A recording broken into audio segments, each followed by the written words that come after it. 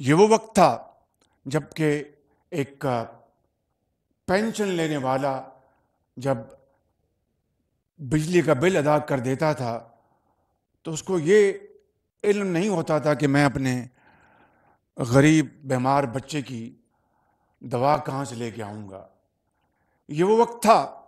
جب پاکستان کے چاروں صوبوں میں جب بجلی کا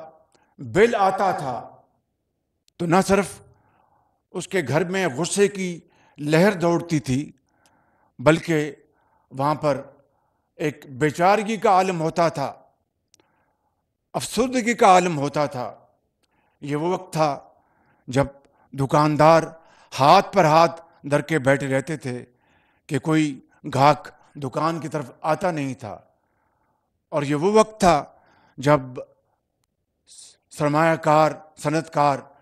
اپنے کاروبار صنعتوں کو بند کرنے پر مجبور تھے کہ وہ اتنی مہنگی بجلی کے بعد مصنوعات کہاں سے بیچیں گے، اور اس طرح ان کی صنعتوں سے، ان کی چمنیوں سے دھواں نکلنا بند ہو گیا اور لاکھوں لوگ بے روزگار ہوئے۔ تو یہ ہے وہ ایک انتہائی سخت مشکلات کا سامنا اس قوم نے کیا ہے، اور یہ احساس ہمیں ہر وقت ہونا چاہیے کہ ہمیں عام آدمی کی ان عظیم قربانیوں کو کبھی نہیں بھولنا چاہیے۔ میں سمجھتا ہوں کہ آج جب میں ایک ادنا سا شخص مگر قوم کے لیے ایک عید کا تحفہ پیش کرنے جا رہا ہوں تو آج اس ریلیف کے حوالے سے میں ایک مرتبہ پھر پوری قوم کا شکریہ ادا کرتے ہوئے یہ کہنا چاہوں گا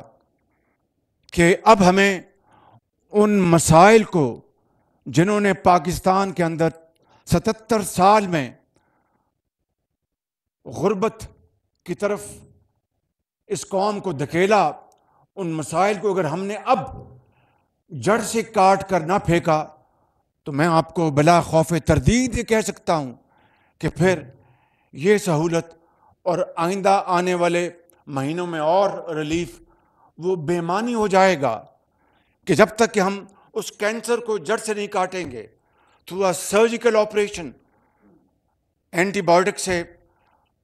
قطعاً کوئی کام نہیں چلے گا۔ ماضی میں کئی مرتبہ اینٹی بایوٹک ان کو دی گئیں لیکن پھر دوبارہ ہم ہر چیز چھوڑ دی۔ آج ہمیں سرجری کرنی ہوگی اور تب جا کر انشاءاللہ آپ دیکھیں گے کہ پاکستان ضرور اپنا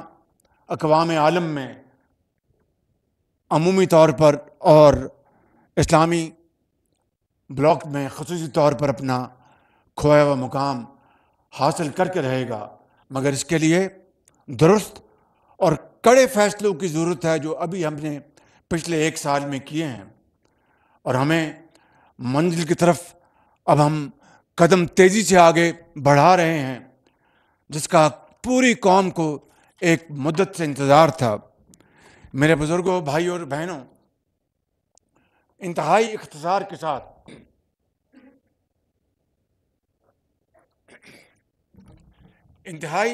کے ساتھ میرا وہ کپ لے آنا، یہ کہنا چاہتا ہوں کہ میرے قائد محمد نواز شریف نے منشور میں اس بات کو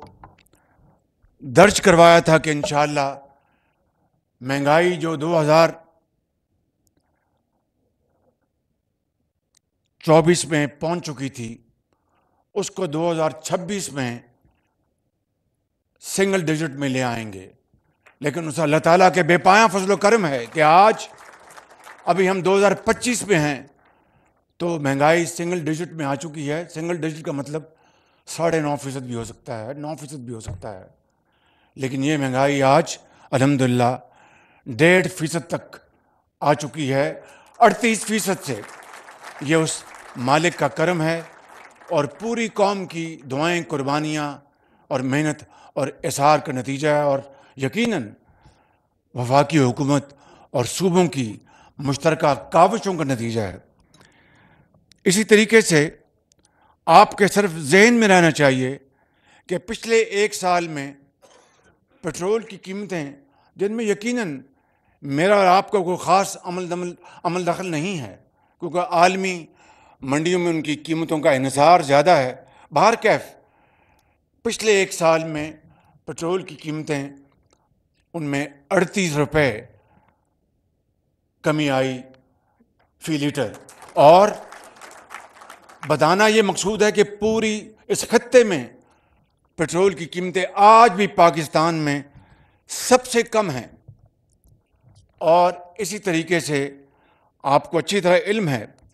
کہ کاروباری حضرات میرے محترم یہاں بیٹھے ہیں اور بڑے بڑے نامی گرامی الحمدللہ صنعت کار بیٹھے ہیں، 22.5% جو شرح سود تھی پالیسی ریٹ، وہ آج 12% پہ آ چکا ہے، اور یقیناً ان کے کاروبار میں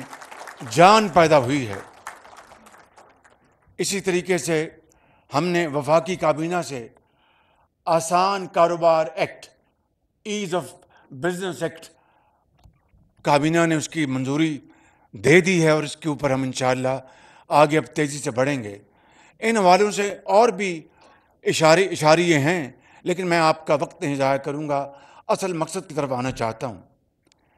نجکاری اور رائٹ سائزنگ یہ انہی درست اور کڑے فیصلوں کی ایک کڑی ہے کہ یہ وہ اب فیصلے ہمیں کرنے ہیں بڑی تیزی کے ساتھ، کہ جس کے بغیر پاکستان جو ایک آرگینک جو اس کی گروتھ ہونی چاہیے وہ نہیں ہوگی، اس لیے کہ IMF کے پروگرام کے ہوتے ہوئے آپ کو کوئی سبسڈی نہیں دی جا سکتی۔ اور میں سمجھتا ہوں کہ ان کاروبار میں، ان مدات میں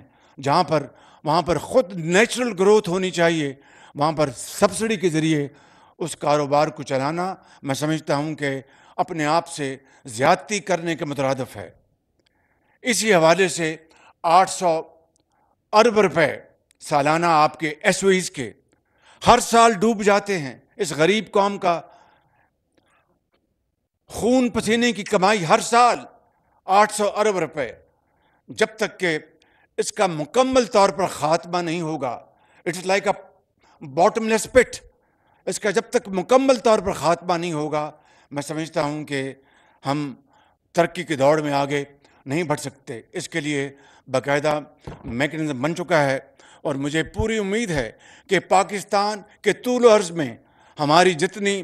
پولیٹیکل لیڈرشپ ہے، سیاسی زعماء، ہمارے ایکسپرٹس، ہمارے اداروں کے سربراہان، ہماری پارلیمنٹ، ہمیں اس کے اوپر ایک پیج پہ ہونا چاہیے کہ جب تک کہ ہم اس 800 ارب روپے